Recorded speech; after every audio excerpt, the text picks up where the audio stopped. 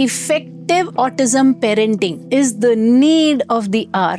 Unless you know autism-specific parenting techniques, it is very difficult to do complete justice to a kid on the spectrum. Find out what your child is capable of doing, work on those strengths, and side by side ensure that the child is fit to be adjusting in a society like sugar dissolves in the milk. That is why it is absolutely crucial that parents know what to do and how to do.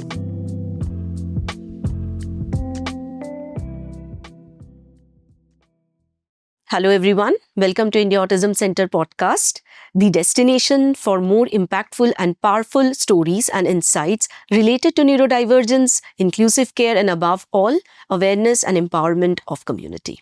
I'm your host for this session, Ms. Pooja Datta, and today we will be diving deeper into a most evolving topic, and that is the role of parenting and parenting styles in management of autism. So joining us is someone who is synonymous to deep and compassionate coaching for parents of individuals with autism. Over the years, she has mentored 24,000 parents worldwide and nearly 10,000 individuals in the spectrum. So today we have Ms. Rajni Singh. So ma'am, how are you? Very well, thank you. First of all, thank you for having me here. It's a great honor. Thank you. Yes, ma'am. We too are honored to have you here at IAC podcast. So, ma'am, can you please share a brief elaboration of your journey in coaching parents of individuals in the spectrum? Sure. So, it's been 18 years now in this field. I'm a special educator. And the journey started with my son way back in 2005-06, around the time when he was diagnosed. And then I was, with my MBA degree, I was a working professional in the banking sector. And then I gave that up. And then I went and pursued my studies in special ed. Since then, there has been no looking back where I've been working with different individuals, with parents, through our digital programs all across the country and outside. And also I've been working with my son, and it's been a two-way process. Whatever I've learned with my son, I've implemented it with other children. Whatever I've learned with other children, I've implemented onto my son. And all the way understanding that effective autism parenting is the need of the hour. Simply because, it's not that therapists are not great or therapy is not needed. That's not what I say. Therapy is absolutely needed. But therapist's scope becomes limited because the child is not living in their house. The child is living in your house. So if you as a parent don't have the right strategies, the time when the child is putting up a tantrum or there is an opportune moment and you don't know how to handle it at that specific moment, then when you expect the therapist to teach the child in a time when the child is peaceful, actually the opportunity is lost. That is why it is absolutely crucial that parents know what to do and how to do. And when I look at my own son, and the fact that my son had a qualified special educator by his side as his one-on-one teacher on a 24/7 basis from the time he woke up to the time he slept, which is, of course, his mother, made a great deal of difference to him. And that's what I tell my students also, that unless you know autism-specific parenting techniques, it is very difficult to, do complete justice to a kid on the spectrum. Yeah. Thank you, ma'am. It was very, very, insightful. So tell me about your emotional journey. Like today you are a very proud and smiling mother, of a young adult who is on the spectrum. So if you can tell about your emotional journey. Oh yeah, actually, this question in itself brings a lot of memories. I remember walking down literally like a zombie with a piece of paper in my hand, and my hyperactive kid who's just literally falling off my, arms. and I'm holding him somehow, and one tear which is half dried, it's on its way down, and God knows it evaporated in between. It's dry, and that paper, and I'm walking, and I didn't realize my 3-year-old is whatever, and there's a car at the backside that's honking, and the man is using abusive language because I'm walking in the middle of the road, and that memory is still there. And I look back at him and I'm blank because there are 100 questions in my head. Why me? What is autism? What is this? What happened to my kid? Why my child will not speak? So the first diagnosis can be a very perplexing situation for any parent, so to say, because it comes like a thunderbolt. At that time, you don't have the mental maturity to say, okay, it's another thing, we can deal with it. At that moment, it's like your world falls apart. But the real fact is, and something that will lead to any kind of growth is that when that happens, take your time to grieve, to mourn, whatever the hardest of words you want to put, you can put there. And after some time, maybe a month or two, you need to get out of that slumber, that state, and say, okay, now I know this has happened. Ab aage kya? Now what? And that's when you start looking at a solution-centered approach. So that's what happened with me. I took my time, about 15, 20 days, almost like a month. And then I connected with experts in the field. And I understood this early on. I hugely appreciated the experts that I saw, Madam Mary Barua from Action for Autism, and then Carol Paul at Step by Step School. Lots of experts that I learned, but I also understood that she will not step out of this place, this office, this complex. What happens to my kid after this complex? Somebody has to replicate what she's doing. And that understanding early on got me to the point where I said, all right, that somebody is me. Because I cannot have such a wide window open where things will not be according to my kid, according to his needs. Because if I let go of that opportunity, then it's too late. To imagine that your child can learn like in a tuition class thrice a week. Tuition also happens 6 days a week. But to imagine that like a tuition thrice a week he will learn and come back and everything will be sorted is so fooling yourself. You require like an ICU kind of a treatment, minute by minute monitoring. And if you don't know it, you can't do it. So that was the game changer for me, that I took it on board, literally like partnering them. You tell me what you're doing and I'm going to develop it at home. And I added my own things to it and my research, which led to the fact that over the years, my child started to speak fluently back and forth. And then a lot of times I've heard our children don't get admission in the mainstream schools. I'm very sorry to say this, but I feel, what is our focus? Is it the candle march? Is it, the cry for injustice? But when we are doing that and we are raising our voice, we're still not working for the child. And the very blatant in the face fact is, it's not that somebody didn't like my face or my kid's face and they said, get out, we don't take you. It's that my child was biting the skin off somebody else. That had to be taken care of. Why will they say no to a kid? So when I took it on me that the buck stops here, instead of passing the buck and saying, all right, that's it. And I started working around behaviors and language development and getting to ensure that my child, through strategy and planning, sit in the class and follow through the teacher. I never had for a single year any problem with mainstreaming. Because the first thing I would go and do is I would tell them, tell me how to help him and how to be of service in the situation, rather than saying, oh, you didn't do this. So that is a very crucial thing. So they were not scared of me. They didn't have to create excuses. At the end of the day, that person is also a teacher and trying to do their best. Yes. As a parent, I have to understand that. So I came across like one team. That's where Jay got a lot of opportunities with schools, with people, and they were ready to give him a chance. And of course, you have to lead by example. If I'm back home cribbing, no matter even if my child is autistic, he'll still learn. True.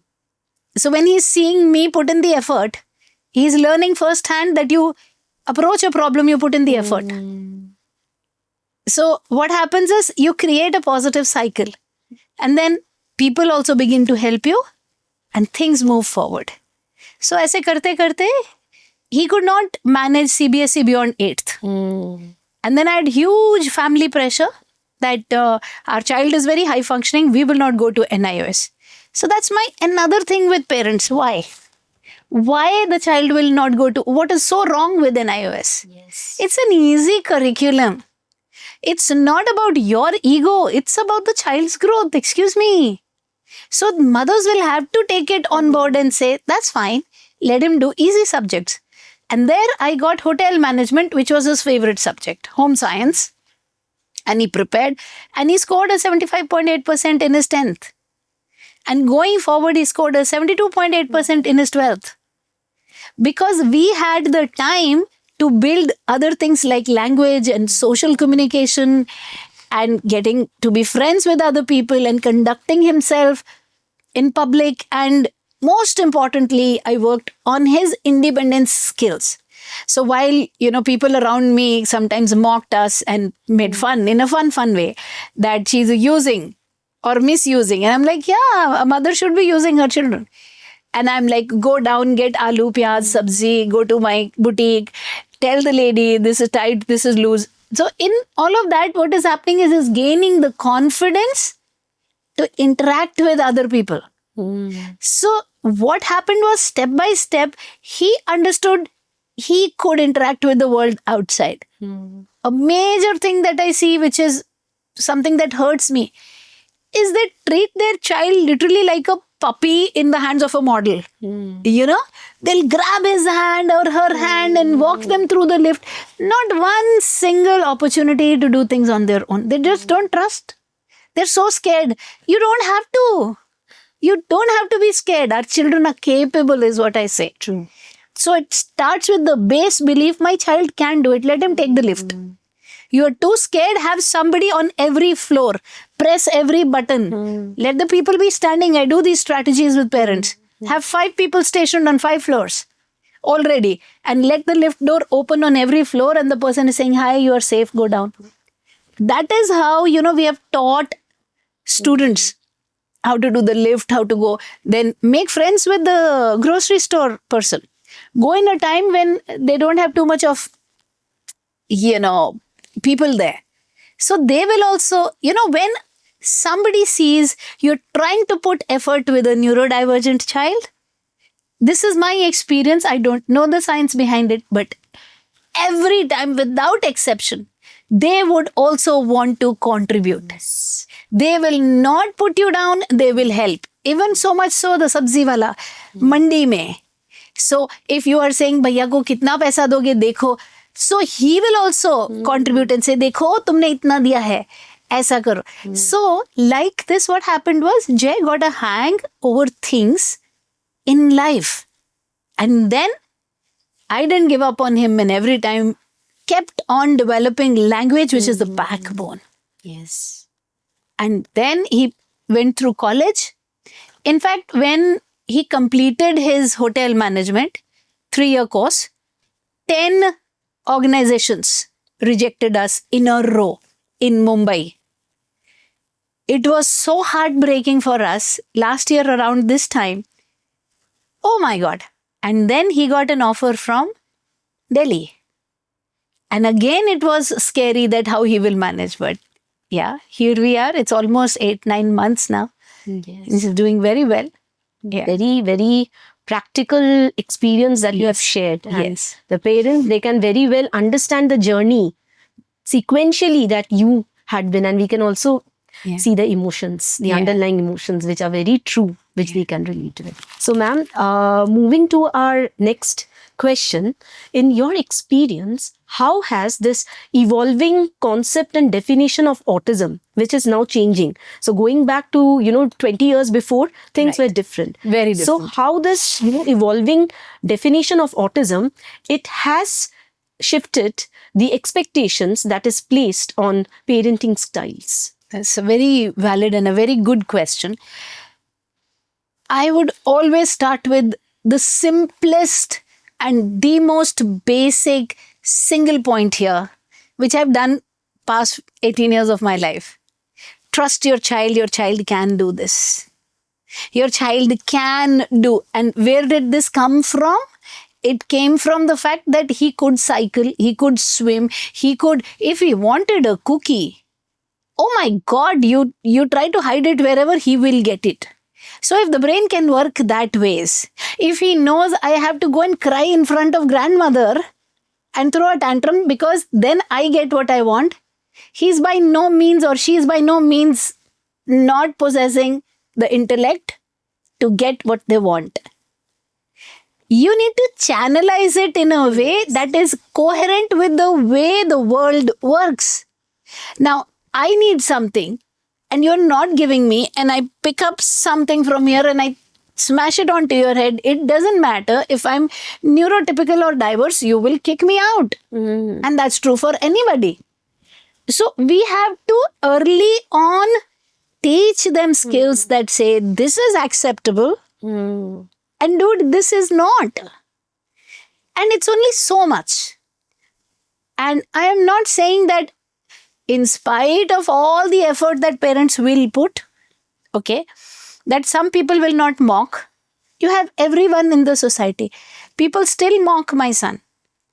But then I go back to this, they don't know his journey. And they have no idea about autism. Who are they to even comment? And it doesn't harm me, it doesn't touch me emotionally. And I don't even take it to my son. And my younger one sometimes very quizzically asks me this. And then I'm like, okay, that's fine. That is their perspective. So initially people used to think it's a disability. This child cannot do much. God has given us this child. We have to just serve him until he lives. And after us, our other child will serve him. So the child will like a burden. But people have now over the years realized that these children can actually do wonders. And that's what places the expectation on the parents that if this child can do it, then it is your moral responsibility, I would say legal also, to make sure that the child understands it in a way that he or she does. Teach them, no? And for that you learn. That's how you become a good parent. Not by buying a PS4. True.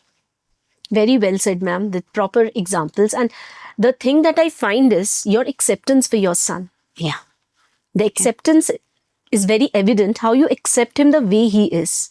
Yeah. And then the actual therapy, or rather I say emotional healing begins. Yes. That is what is very evident from your conversation. So related to this question, ma'am, autism, we can say that it is a set of mindset. It is a Absolutely. mindset rather than a series of rigid rules and expectations from parents and children and vice versa. How would you define, or how would you rather differentiate this present mindset of autism parenting with the conventional parenting that used to be? Yeah. When parents used to manage children in the spectrum. So autism has gone through its own journey of evolution over the years. So if we actually look at it, it started with the charity model. Okay, that these children can't do anything much. Okay, they're born defective. Like people hate it when I use that word, but the feeling deep down, the naked feeling was this. Okay.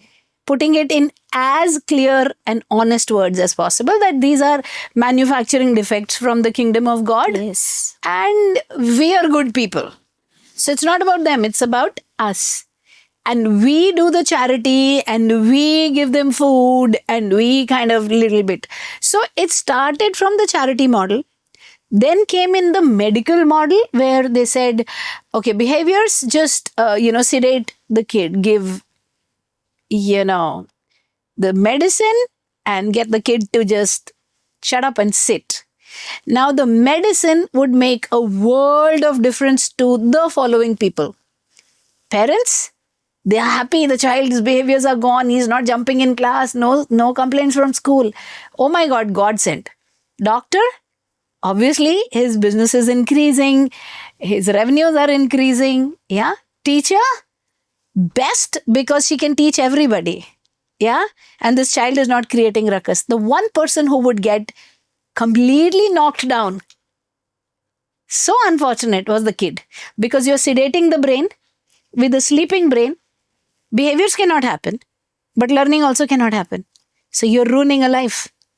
So after the charity model came the medical model, and now the present one is the equality model, the empowerment model. That, okay, when I say equality, a lot of people say, no, they can't do everything. Well, you and I also cannot do everything. I'm not an IAS officer, and I can never be. Not that it's my age now and so I cannot be, but even if I was in the age bracket, I could not be. I could not be a physicist. I would fail. I could not be a mathematician. I would have been the worst mathematician. But I was second in university in my psychology subject. Yeah. Because everybody's brain is different. So my son is not an engineer and he can never be.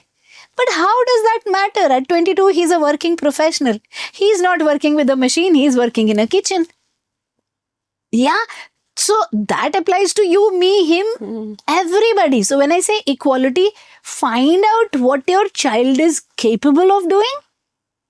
Work on those strengths and side by side ensure that the child is fit to be adjusting in a society like sugar dissolves in the milk. Not troubling other people. Here, I would want to take just 1 minute to explain this incident, which actually touches my heart, and I want to talk to everybody about it. Now, I have 2 children. My younger one's birthday, and he's a neurotypical, and he's super excited. Obviously, after 1 year, it's coming. And I said, hey, Veer, can I call that student? He's Veer's age, and I, as his teacher, I'm trying to get the neurodiverse to make friends with neurotypical, okay, and adjust him here. And my Veer is very openly, this is when he was, I think, 4 or 5, I'm not sure, or 8, I don't know, that age bracket. I'm not really sure, about 7, 8, like that, something like that. And he said, sure, why not? And when this student of mine came in, he poked his finger in my Veer's birthday cake and he broke his, big balloon which had toffees, which my son had to do. And he started crying and he said, I will not allow any student of yours in any of my birthday party again. Now, if this would have happened on the outside, we would have started with a candle march that these versus us. Okay. These people do this, they are so cruel, they don't call us. But now when it is back home, my own kid, and I know that his level of sensitivity is just another level because I've raised him like that. And I'm sitting and thinking, what wrong has this neurotypical done? Why should his birthday party be ruined? Because he does not know how to handle it. Then whose responsibility it is? Mine as his teacher and his mother's. So this applies to everybody. And that is why I so harp upon it. So we worked 1 full year with that student and the next year I again presented myself to my son. And he was very suspicious and he said, no. I said, please. And then he said, okay. And then it was a great birthday party. And then that kid has been coming ever since. So it's not the society which is entirely to be blamed. It is us also who are not doing what is required to be done. Ma'am, again, your practical, this insights, it is really being very, very helpful even for me to understand autism, not technically, but on behalf, of a human being, as a parent. It is very, very educative and productive for me. Yeah, Thank you. so much. Thank you. So before we jump onto the next question, please have a look at who we are. Imagine a space designed not just to care for individuals with autism, but to empower them. A place where knowledge grows, support flourishes, and possibilities expand. This is India Autism Center. It is built to redefine how we approach autism. Through education, research, and community-driven initiatives, we create an environment where individuals with autism can thrive. Samavesh, our residential campus, is designed for individuals with autism to live, learn, and grow with dignity and independence. It is more than just a place to stay. It is a space to belong. Manan, our training academy, prepares professionals to provide specialized care. Through structured programs, we equip individuals with the skills to support neurodivergent communities with confidence and compassion. Khoj, our research division, is dedicated to advancing our understanding of autism. Through data-driven studies and collaborative research, we work towards shaping the future of neurodiversity. I hope you liked this video. And now moving to the next question. Do you believe that belief system or intergenerational attitude or their collaboration, it is really effective in autism parenting, or at times it impede in proper autism parenting? So basically, it's a mix of a lot of things. Not just the belief system. Belief system, of course, is the point of origin. If I will say, no, he won't be able to do much, then the journey has ended before it starts. But if I say, yes, he can do, the next thing I need is, okay, I agree he can do, but how? That is a very important part of, like you said, is belief system the only thing? And also the next part, which you said, intergenerational. The intergenerational mindset or the collaboration among different generations. Yes. What happens is keeping the child in the center. Everybody has to update their skills. So we come across families where the lady is really exhausted and she's saying, oh, they won't listen. Yes. I understand and I know this will work and I've done it, but my in-laws will jump in and say, don't do this in front of us. When we are gone, then you do this. Arey Baba, she has to wait until you are gone. May you live to 100, but if she has to wait until you are gone and suppose the child is 16, then what happens? Yeah?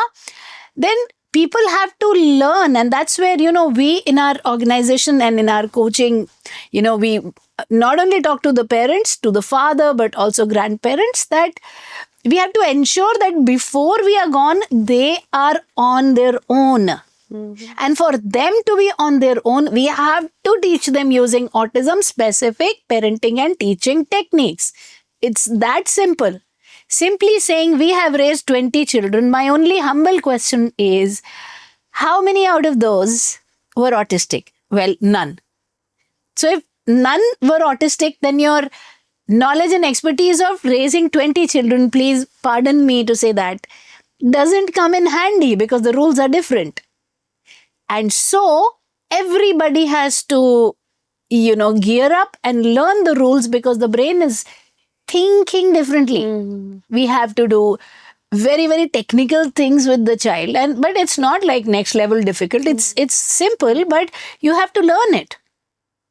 So you have to form a mental image in the head of the child so that the child can understand what you're saying. You have to do multisensorial techniques. You have to do hands-on approach. And people have to understand that each one in the family has to contribute to it. Without which, this is not going anywhere. Yeah. So in your experience, working with grandparents, has it worked? Absolutely. It has worked wonders. And there are some grandparents where I know of this very lovely grandmother where she goes and she scolds her daughter for not following the visual schedule. Oh. And she says, it seems you're tired, so I'm going to be taking over for the next 2 days. This happened on our platform. You go, spa, you go facial, you take your time, come back rejuvenated, and let's do it, because I am not letting you shout at the kid in anger and frustration. I will not allow this. And it is so much empowering for Yes. the mother as well. Yes. So much refreshing Yes. for her. So there's a complete section where we are empowering. See, I understand and I work from the premise no parent, no grandparent, no relative, no husband ever wants to, drown the kid. Yes. That's not their objective. They think that we know it and our way is the best way. So our job is to let them know that while we respect your ways, we cannot allow you to carry on with your ways which are not autism specific, because at the end of the day, you can't change the time cycle. You can't get the kid to again be 6-year-old if he's 16. That time is gone. And the opportunity to learn that window is gone. So it's very risky. And most of the grandparents understand. Yes. A major, like in the beginning, you said 24,000. That's a big number when a lot of people come to us that, okay, how has this reached this number? It's the testimonials. Testimonials in terms, success stories. And we don't go behind our parents saying, please give me success story. No. They're so excited with the things that their children are doing. Like one of our students is now, she's got selected in college. Another one is appearing for 10th board exams. Another one is a professional tabla player.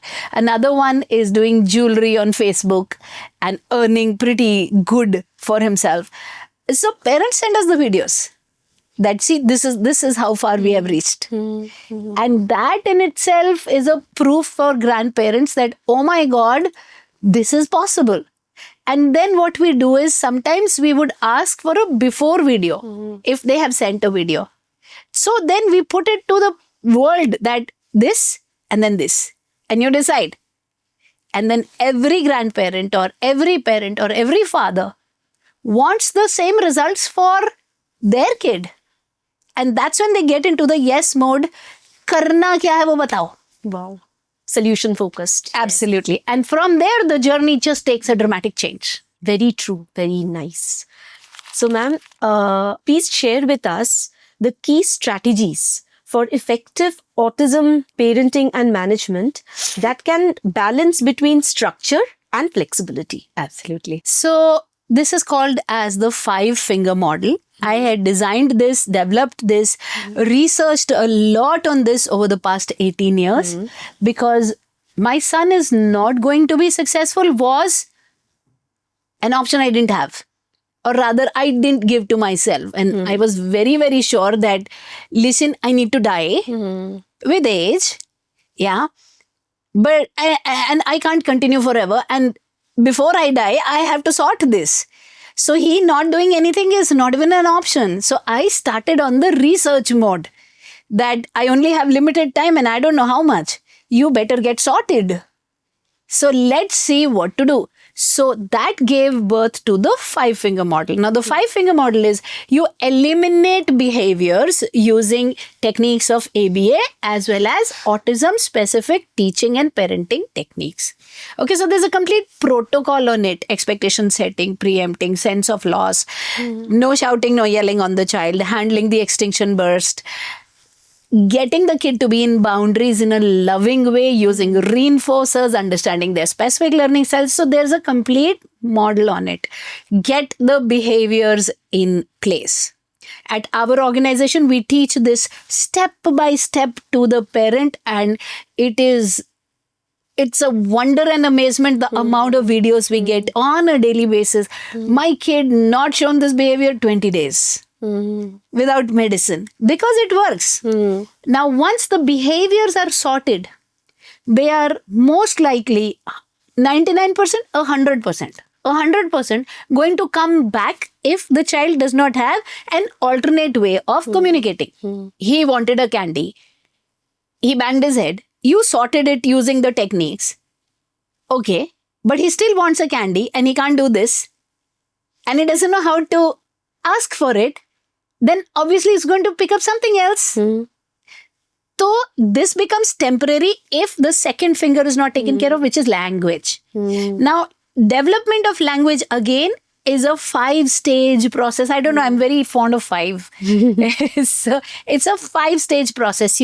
First you show flashcards from an early age. You do frequency, intensity, duration, principle, thrice a day, every day, 21 days. You're making the neural pathways get established in the brain. Show them picture cards, not of gorilla and orangutan and otter, but useful everyday things like dustbin, remote, car keys, curtain, because that's where you're going to take it forward, put in dustbin. Where is remote? Like this. So you show picture cards and you get them to talk, to say it. So that's stage 1. Once the child, which typically takes 6 to 8 months, so once the child begins to utter the words, and I say it 6 to 8 months out of evidence because we have thousands of videos. So we've calculated how much time it takes. Now a child will have about 50-word vocabulary and they'll start speaking in single words. The second stage from here then is need-based talking, which goes from 1 word to 4-word complete sentence. Mama, I want water. Okay, so you teach that physically. Like the child says water, you say no. Say, want water. So you go 2 steps. Okay. And then you say, then the child begins to say, want water. That happens in about 1 to 2 months of rigorous practice. Now the child says, want water. You say, no. Say, I want water.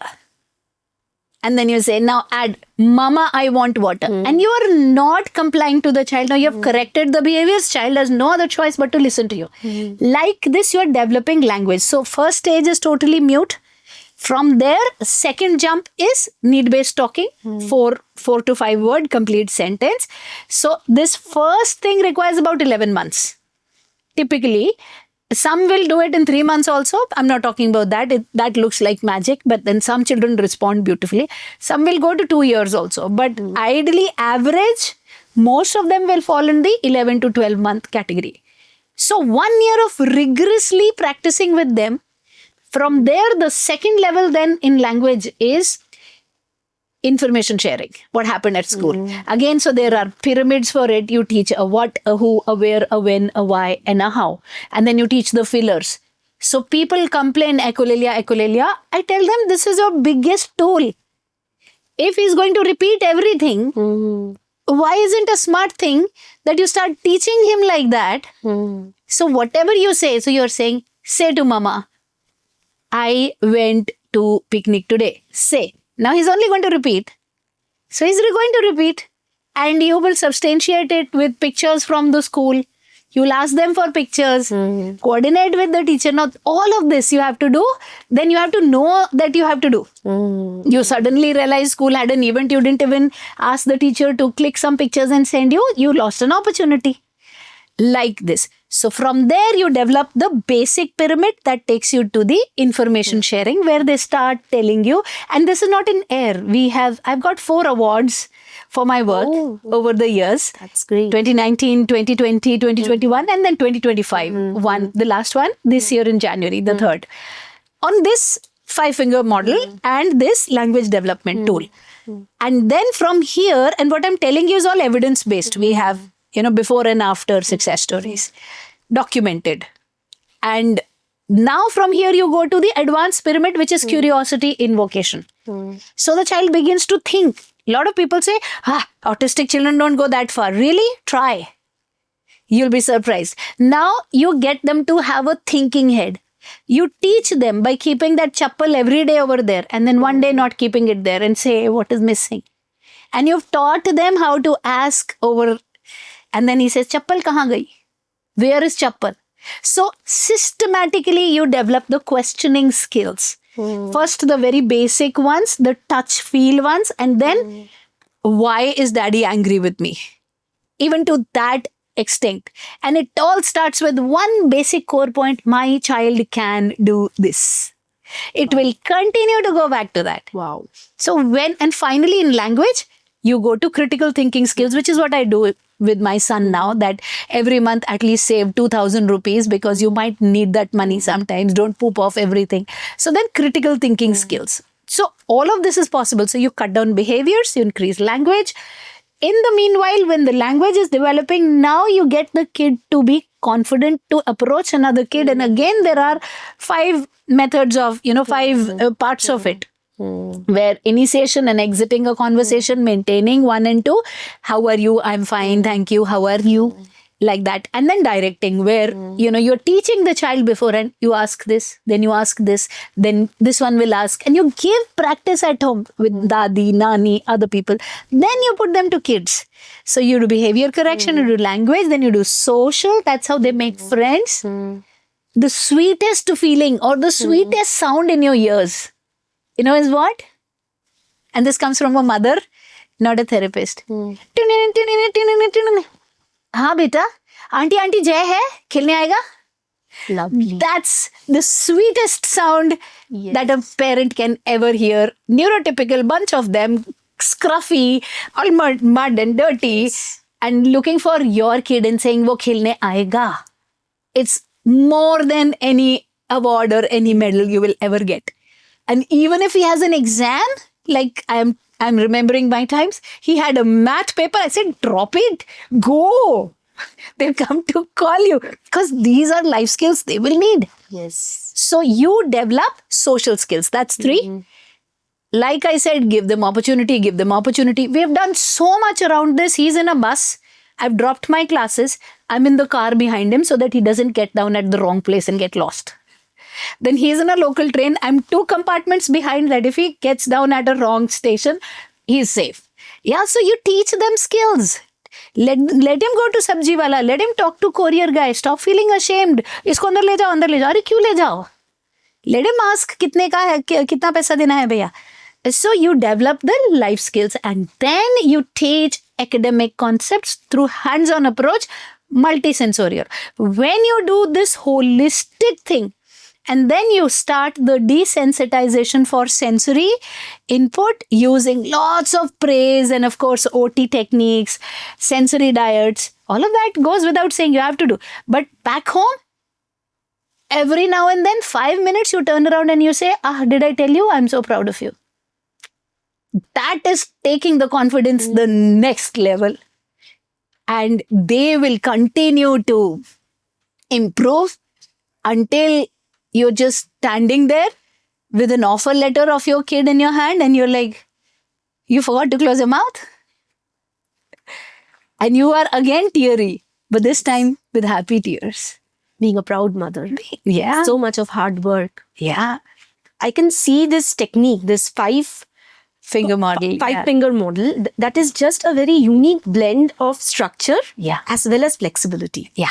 So it is not totally structured or ekdam flexible. No, So it is a perfect blend. Yeah. So is it applicable for individuals with high support needs?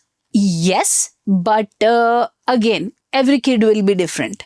So we have to see how far we can stretch it. So when we talk about, I'll not name, okay, but when we talk about this one kid, okay, his name, I'll use a different name. Okay, so when we talk about Saksham, his real name is different. And he's doing the, necklaces on Facebook. Then that is how far it would have gone with him. And then he's not doing the money bit. His sister is doing the money, but he's gainfully employed. And he's getting an order and he's creating. When it comes to another kid, again, the name changed. Okay, so Suresh, he's appearing for 10th board exams.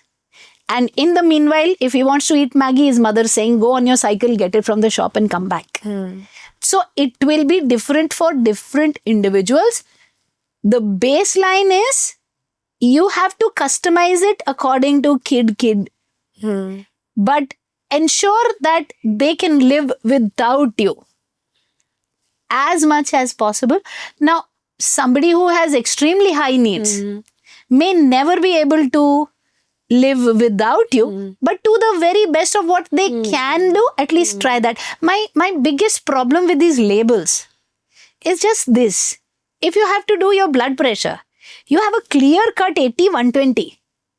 Up and down, they say it's not right. Yeah. And if it's 80, 120, then it's fine. Right? But there isn't anything, any metric to say up or down. It depends upon a parent's resilience. When a child is tantruming, he'll take 45 minutes with you. He'll take 45 minutes with me. He'll take 45 minutes with XYZ. Now, if X has the resilience of a mountain, we'll say it was cakewalk. I stood my ground. I said no. This one cried, shouted, and then another one who was very little resilience will say, this is severe child. I cannot handle this child. This is not how children are. It's the same kid. So that is why it's very, very subjective to say which kid has very high needs, which kid has very less needs. My point here is, let's give the very best that we can.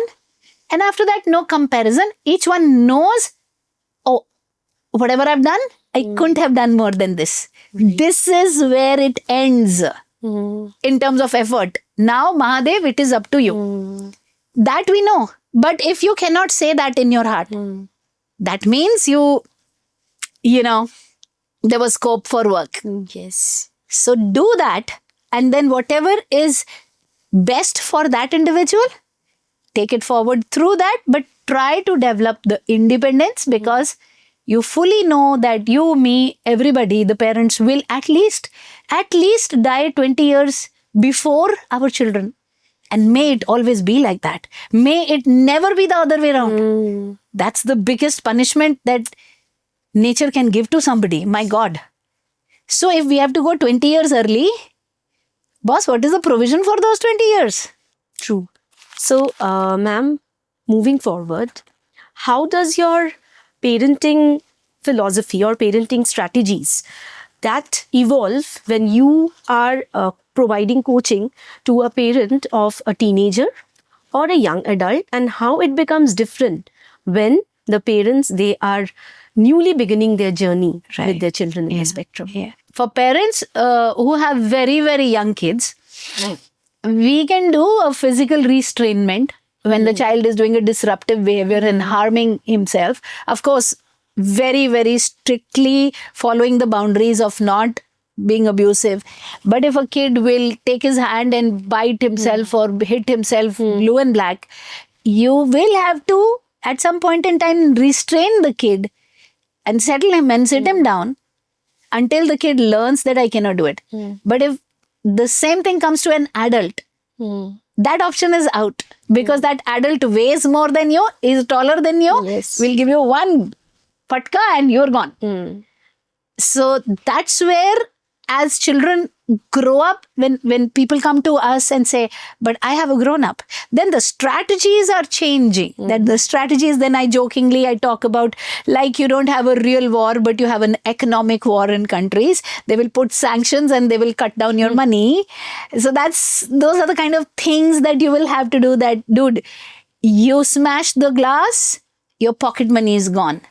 So then we train accordingly. So on our model, for all children above 13 years, there's a very strict and clear mandate to parents, as in there's a proper system where we teach them how to get the kid onto a pocket money system. So there's a rate list in houses, which we have kind of created, helped parents to create. Every bottle filling 5 rupees, 10 rupees. And then they have to maintain a wallet, children. So initially it starts like that. And then it's very clearly told to parents, you will not spend in the mall on the kid. And don't feel bad if the kid is not able to pick up the ice cream which he wanted because he has less money. Think long term. Don't say, oh my God, let me give you the money. No, don't. Stop. Because what are we doing? We are creating a craving for that money. Like my son, he lost his access card and he calls me, they want 300 rupees. I said, so what can I do? I don't have so much money. It's 30th. Like in the morning today, we had this word. I said, so you're going to have to wait 2 days until your salary comes. I will not pay, because he needs to know that that's why I told him that at least save 2,000 rupees. Today it's an access card. Tomorrow it could be, illness. Of course I can sponsor illness also, but why should I? Then where is the independence? So like this, I teach them that do the pocket money. Now, once the pocket money is intact and the child knows what is the value of this in this, and I get all my happiness from this, is when you start putting the economic sanctions. So you say, you smash the glass. As a fine, I will take away 100 rupees from your wallet, which means in the wall, you cannot even pick up chips. And then one odd times it happens, that's when the teenager or the adult is very sure in their head. The next time they get angry and something, the parent says, I'm going to count 5 and I'm reaching for your wallet. 5, 4. And he's seeing her progress towards the wallet. He rushes and says, now stop. I will take it away. Entire thing. And then they're like, you say, that's the way we talk. Sit down. Let's have a word. So for a little kid, we can do the physical restrainment and get them to follow and learn and put the boundaries. For a grown-up adult, it has to be around things which they will fear losing. Yes. Yes, that way. Very nicely explained, through practical examples and strategies. Yeah. So before we wrap up, let's play a kind of rapid fire. Sure. So I'll be giving you a set of statements that are centered around basic assumptions and myths and realities related to autism. So you will have to tell me whether the statements are true or false, and if needed, you can even elaborate a little bit. So, statement 1. Autism parenting is about controlling behavior. Yes and no. Controlling behavior to the extent that it cannot be disruptive to their own selves and others. It cannot be harming. But no, because we have to accept and love them for who they are. So we can't be riding their neck that why you did this and why you twitched your eye. Okay. So it has to be. So you say it's balanced. It's either yes, nor no. Yeah. You have to control the behavior. Yes. See, a child has the habit of not looking here and there and running, and there's a flight of stairs. Obviously, it has to be controlled. The child can land up getting seriously injured. But then if a child is sitting and doing this, or this, like my son used to do, and you're riding the child's neck all the time, then we all have our idiosyncrasies. No, we shake leg and all. So it's a yes and no. Both. Yeah. Okay. So the next statement, every autistic child needs a rigid routine with no flexibility. Wrong. How will you teach them to think on their own without a leisure time window? They need a flexible routine so that they don't get into unproductive activities or disruptive behaviors. But at the same time, they also need a window where you have given them 5 choices. You can play this game or this game or this game or this game. Whatever you choose. And this is your time and I'm not on your head. So it cannot be like 100% rigid and compartmentalized. However, again, like the previous question, you'll have to have a structure, but then some flexibility. Okay, so moving to the third statement, parents of autistic children are more prone to burnout than other parents. Absolutely. Yes. That's a major part of what we do in our parenting and coaching work. A huge amount goes into motivating parents, and I do these monthly boot camps, the 2 days of enough of entertainment to the parent, entertainment, motivation, running, jumping, this, that, and then of course techniques. They are prone to burnout, and I know it can be very exhausting. I've been through that journey. It's really not easy.